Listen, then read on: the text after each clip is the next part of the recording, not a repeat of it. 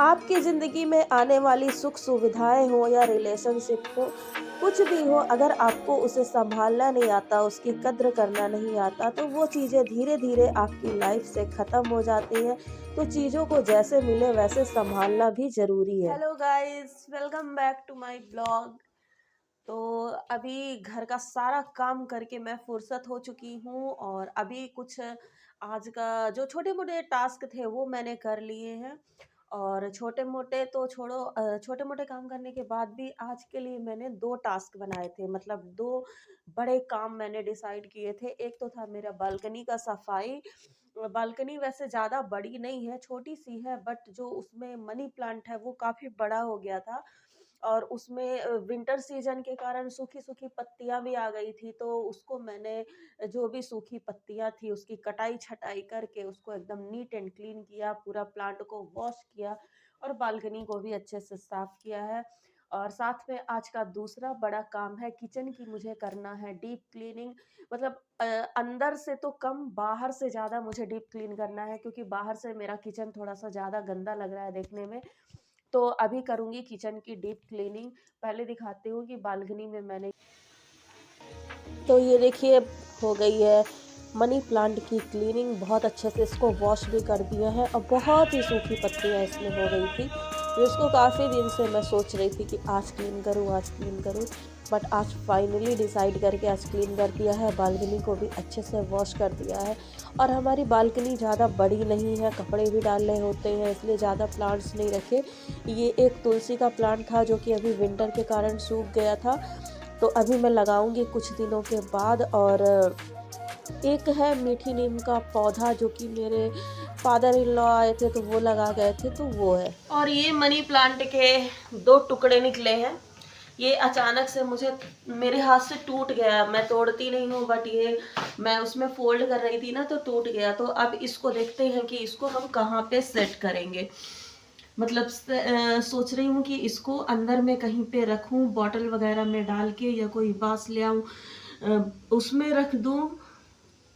वैसे ये रूट के साथ है ना तो ये लग भी जाएगा अभी, बट हमारी बालकनी में तो देखा आपने ज़्यादा जगह तो है नहीं, तो थोड़े से जगह में ही एडजस्ट करना पड़ता है। ज़्यादा प्लांट रखा नहीं मैंने। अभी तुलसी का एक प्लांट है, मनी प्लांट है और एक मीठी नीम का। तो तुलसी का भी विंटर के कारण धूप बिल्कुल नहीं आती है तो सूख गया है।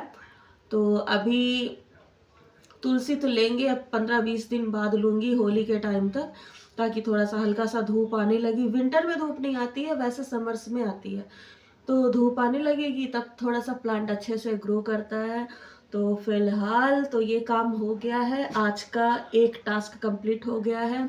अब मुझे करना है अपने किचन की डीप क्लीनिंग, और सोच रही हूँ फिर किचन में ही इसको कहीं बॉटल में डाल के हैंग कर दूँ, तो ये अच्छा लगेगा, अच्छा सा सुंदर सा लुक रहेगा और धीरे धीरे बड़ा भी हो जाएगा।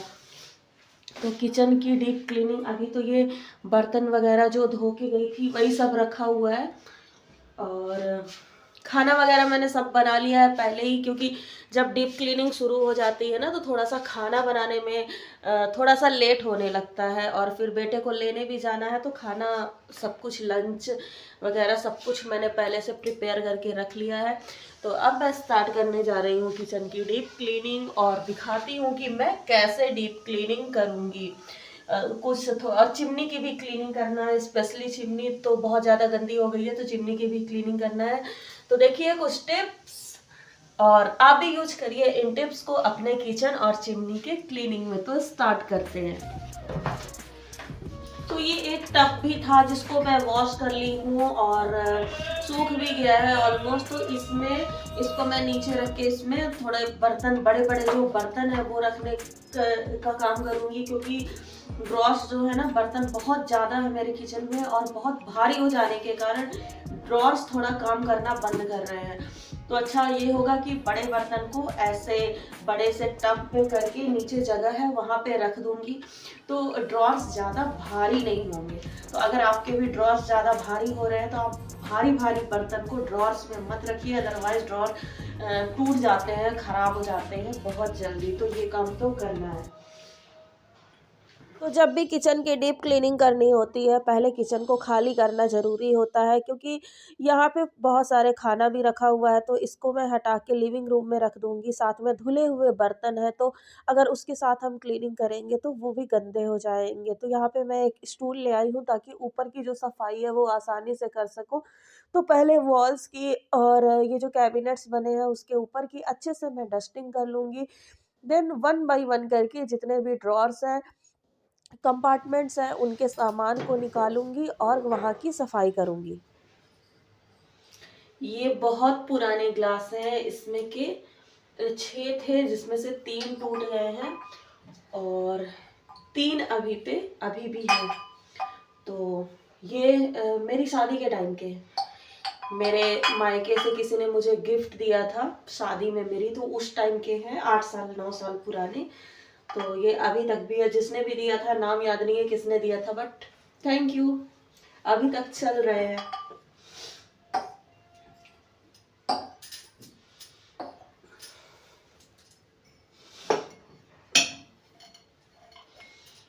और ये ग्लास हमने लिए थे, यहीं से लिए थे किसी मॉल से। तो अब गर्मियाँ आ रही हैं, धीरे धीरे गर्मियाँ स्टार्ट हो रही हैं, होली का टाइम भी आने वाला है, तो कुछ अब ड्रिंक्स बनेंगे, कोल्ड ड्रिंक वगैरह सर्व करने के लिए। तो अब सारा कुछ क्लीन करके मैं रख लूँगी ताकि जब यूज हो तो बस एक बार खंगालना पड़े। और ये है 6 सेट का ग्लास। ये ऐसे वाले ग्लास मेरा बहुत मन था, तो ये लास्ट ईयर मैंने लिया है, अभी ज़्यादा यूज़ नहीं हुआ है ये। तो इस टाइप से मेरे पास 4 टाइप के ग्लास है, मतलब कांच वाले जो ग्लास है, और एक इस शेप में है, ये भी 6 का सेट था। ये शेप, ये भी 6 का सेट था, बट इसमें का भी एक टूट गया है, तो अभी ये 5 बचे। और ये बताऊं, ये मेरी मम्मी ने खरीदा था मेरी शादी के टाइम में। तो ये तो मेरे होम टाउन कलकत्ता में ससुराल में था, अभी 2 साल से मैं 2 साल पहले इसको लेके आई हूँ, तो अभी साल भर से इसको निकाली हूँ, यूज़ कर रही हूँ। तो 4 टाइप के मेरे पास कांच के ग्लास हैं, 4 टाइप के। और मुझे क्रॉकरी का सच में बहुत ज़्यादा शौक है कि बहुत सारे टाइप की, अलग अलग टाइप की क्रॉकरी हो मेरे पास। तो कितनी सारी क्रॉकरीज हैं, आज मैं आप लोगों को दिखाती हूँ। किचन की डीप क्लीनिंग करने के लिए मैं किसी स्पेशल लिक्विड या डिटर्जेंट का यूज़ नहीं करती हूँ। मैं जिस चीज़ से बर्तन हम धोते हैं ना, जो हमारा बर्तन धोने का सोप होता है, उसी से और उसी स्क्रबर से मैं थोड़ा-सा उसमें पानी ले लेती हूँ डब्बे में, और थोड़ा-सा उसको गीला कर के अच्छे से रब कर देती हूँ। देन मैं सूखे कपड़े से और गीले कपड़े से एक-एक बार करके साफ़ कर लेती हूँ, और मेरा किचन एकदम चमक जाता है, चिकनाई भी हट जाता है। साथ ही इस ग्लास को साफ़ कर रही थी तो मैं ये लग गया मेरे हाथ में, और ग्लास भी निकल गया है। ये एक्चुअली में पहले से ही टूटा हुआ था, बट कैसे भी करके मैं इसको अटकाई हुई थी, बट आज क्लीनिंग में ये निकल भी गया और हाथों में भी थोड़ा-सा ज़्यादा ही कट गया है। देन फिर भी मैं, चलो काम तो रुकेगा नहीं, तो ये न्यूज़पेपर की लाइनिंग है, एक न्यूज़पेपर को मैं 2 बार यूज़ करती हूँ, उसको नेक्स्ट टाइम उल्टा करके फ़ोल्ड करके यूज़ कर लेती हूँ। तो ये देखते ही देखते फिर से, पहले तो लगा कि मैंने लगा दिया, बट ये फिर से निकल गया फाइनली, और अब इसको हटा ही देते हैं, अब इसमें लगेगा दूसरा ग्लास।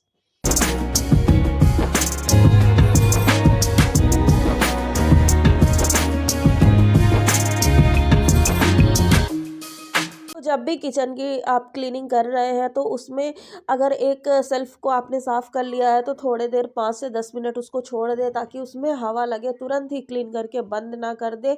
और मैंने साफ़ करके छोड़ दिया है, अब मैं दूसरे साइड का ग्लास साफ़ करने लगी हूँ।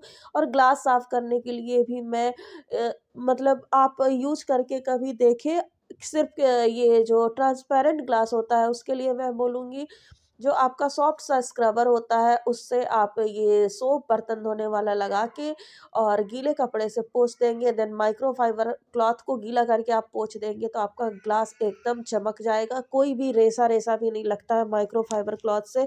और जो ये डब्बे वन बाय वन निकल रहे हैं, उनको भी मैं धो के रखते जाऊँगी, साथ में ही जितनी क्रॉकरी है मेरी, एक बार इनको अच्छे से वॉश कर लूँगी, क्योंकि ये काफ़ी टाइम से यूज़ नहीं हुए हैं। मीन्स विंटर्स में उतने ज़्यादा यूज़ नहीं होते हैं, तो ये थोड़ा-सा गंदे हो गए थे। तो ये देखिए, ये क्रॉकरी रखने का क्या तरीका यूज़ कर रही हूँ मैं। जिससे देखने में भी थोड़ा अच्छा लगे और पता चले कि कौन सा क्या चीज़ कहाँ पे रखा है। तो जो ग्लासेस कम हो यूज होती हैं वो मैंने पीछे एक लाइन से कर दी हैं। देन ये ग्लासेस थोड़ा सा ज़्यादा यूज होती हैं, मतलब मीडियम में यूज होती हैं, कभी कोई गेस्ट वगैरह आए तो यूज होती हैं।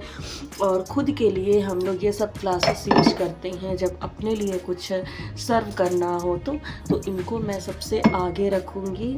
और ये काफ़ी सुंदर भी है, तो आगे रखने में थोड़ा सा अट्रैक्टिव सा लुक भी आएगा इसका। तो ऐसे में ये बीच में 3 वाले रख रही हूँ और साइड साइड में जो ये 2 के सेट हैं उनको रख रही हूँ। तो देखिए सारे सारे मुझे दिख भी रहे हैं कि क्या कैसे कहाँ पे सीक्वेंस भी उनका दिख रहा है। और यहाँ से अगर लेना भी हुआ तो हम एक ऐसे करके उठा भी सकते हैं बिना दूसरे को डिस्टर्ब किए। ऐसे ही पीछे से भी हम एक आसानी से उठा सकते हैं। तो इस टाइप से अगर आप अपने क्रॉकरी रखेंगे जो ज़्यादा फ्रिक्वेंटली यूज होती है उनको सबसे पहले, और जो कभी कभी गेस्टिंग के लिए यूज होती है उनको बीच में, और जो बहुत ही रेयर यूज होती है उनको पीछे, तो आपके क्रॉकरी टूटेंगे नहीं। हालांकि मेरे हाथों से तो ज़्यादा ही टूटते हैं, बट ऐसे रखने से थोड़ा सा जिसके हाथों से ज़्यादा टूटते हैं ना तो थोड़ा सा कम टूटते हैं और बहुत अच्छे से विजिबल होते हैं, साथ में देखने में भी अच्छा लगता है।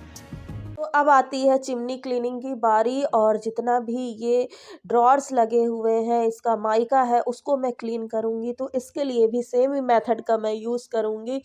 बस ये जो बर्तन धोने का हमारा स्क्रबर है और जो उसका सोप है, सोप के डब्बे में थोड़ा पानी ज़्यादा ले लेती हूँ ताकि वो धीरे धीरे घुलता रहता है और हल्का हल्का सा ही उसमें सोप लगता है पानी ज़्यादा लेने के कारण। और बस उससे एक बार रब किया, देन गीले कपड़े से अच्छे से पोंछ लिया, और उसके बाद माइक्रोफाइबर क्लॉथ है उसको भिगा के मैं निचोड़ के अच्छे से साफ कर लेती हूँ। और इसी टाइप से मेरा पूरा किचन चमक जाता है, कोई भी रेशे का निशान नहीं आता। माइका को भी आप साफ कर सकते हैं, ट्रांसपेरेंट ग्लास को भी आप साफ कर सकते हैं, किसी कॉलिन लिक्विड की, किसी और अदर लिक्विड की और तामझाम की ज़रूरत नहीं पड़ती।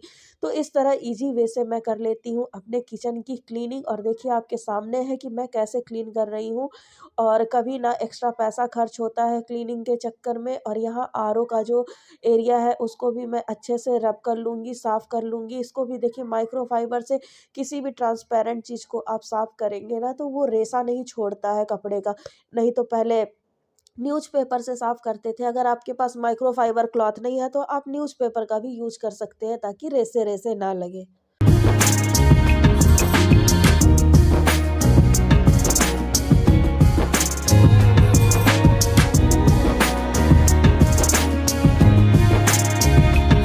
जब भी हम अपने किचन की डीप क्लीनिंग करते हैं तो जहाँ पे हम लोग बर्तन रखते हैं, इन कैबिनेट्स के जो ये पतले-पतले से रॉड से लगे हुए हैं, इनकी भी अच्छे से क्लीनिंग बहुत ज़्यादा ज़रूरी है। तो अब इसको हम अच्छे से वॉश नहीं कर सकते हैं साबुन से, क्योंकि ये वुडन इसके साइड-साइड में प्लाई का बना होता है, तो वो गीला होगा तो वो खराब होगा। तो अच्छा तरीका यही है कि हम कपड़े को गीला करके इसको अच्छे से पोंछ दें।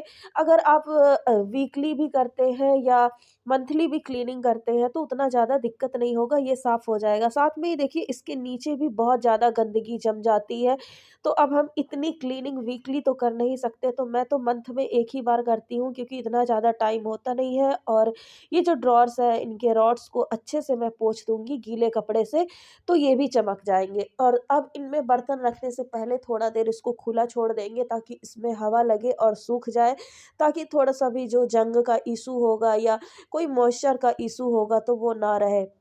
और मैं अपने बर्तन कैसे ऑर्गेनाइज़ करती हूँ इसमें, जिन चीज़ों का मुझे बहुत कम यूज़ होता है उन चीज़ों को मैं पीछे रखती हूँ।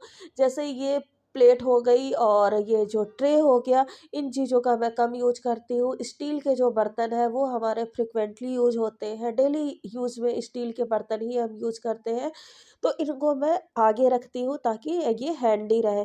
साथ ही ऊपर वाले कैबिनेट का भी सेम स्ट्रक्चर होता है, ऐसे ही उसमें भी लिड वगैरह जो डब्बों के रहते हैं वो भी रख देती हूँ। और अब देखिए ये एरिया है, इसमें इसको अच्छे से क्लीन करके लक्ष्मण रेखा चौक मंथ में 1 बार ज़रूर लगाएँ, जिससे आपके किचन में इंसेक्ट वगैरह ना आए, कॉकरोच वगैरह ना आए।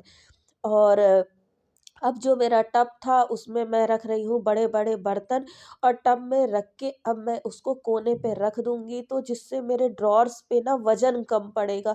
अदरवाइज़ मेरे ड्रॉर्स के जो चैनल्स थे वो ख़राब हो रहे थे और मुझे बहुत देर से समझ में आया कि ये भारी बर्तनों के कारण ख़राब हो रहे हैं। साथ में जब भी आप डीप क्लीनिंग करते हैं तो जितने भी आपके डब्बे वग़ैरह रहते हैं सबको अच्छे से डस्टिंग ज़रूर कर दें। तो ये है कुछ छोटे-छोटे ग्लास, जो काँच के छोटे-छोटे ग्लास हैं, कभी कोल्ड ड्रिंक वग़ैरह सर्व करने के लिए हैं और ये एक्चुअली में सारे मैंने परचेस नहीं किए हैं, सारे गिफ्टेड हैं। तो कभी कुछ ओकेज़न में बहुत सारा तो मेरी शादियों में मिले थे, तो बहुत सारा इसके सेट का रह गया है, प कुछ टूट भी गए हैं। तो अब हर चीज़ को किचन में ऑर्गेनाइज़ नहीं किया जा सकता है, बट ज़रूरत कभी ना कभी हर चीज़ की पड़ती रहती है। तो ये एक बॉक्स है, कैसरोल का बॉक्स है, तो इसके कैसरोल को तो मैंने निकाल दिया है इसमें से और इस बॉक्स में इसको करके यहीं नीचे में रख दूँगी। तो कभी अगर ज़रूरत पड़ी तो फटाफट से इसमें से निकाल के वॉश करके यूज़ कर सकेंगे और ठीक है, ऐसे ऑर्गेनाइज़ वे में भी रहेगा और टूटने से भी बचेगा। तो फ्रेंड्स, ये हो गई है मेरे किचन की पूरी डीप क्लीनिंग और किचन एकदम चकाचक हो गया है, एकदम चमक रहा है। तो दिखाती हूँ कैसे ऑर्गेनाइज किया है मैंने। ये देखिए, ये सबसे ऊपर जिस कंपार्टमेंट का ग्लास निकल गया था, तो सबसे ऊपर मैंने रखे हैं कॉफ़ी मग। इसके पीछे भी एक्चुअली में कॉफ़ी मग है ढेर सारे और ये मैंने रख दिए हैं ऐसे आइसक्रीम बॉल थे, तो इसी के ऊपर ऐसे सेट करके मैंने रख दिए हैं ताकि ये भी ऑर्गेनाइज हो जाए। देन इसके नीचे वाले में अब ये अब पता नहीं कितने दिन तक ओपन रहेगा, कब इसमें ग्लास लगेगा, तो इसमें जो चीज़ें फ्रिक्वेंटली यूज़ होती हैं उनको रखना सही है और सुंदर भी दिखे वो भी ज़रूरी है। तो मैंने ये ग्लास जार्स रख दिए हैं छोटे-छोटे।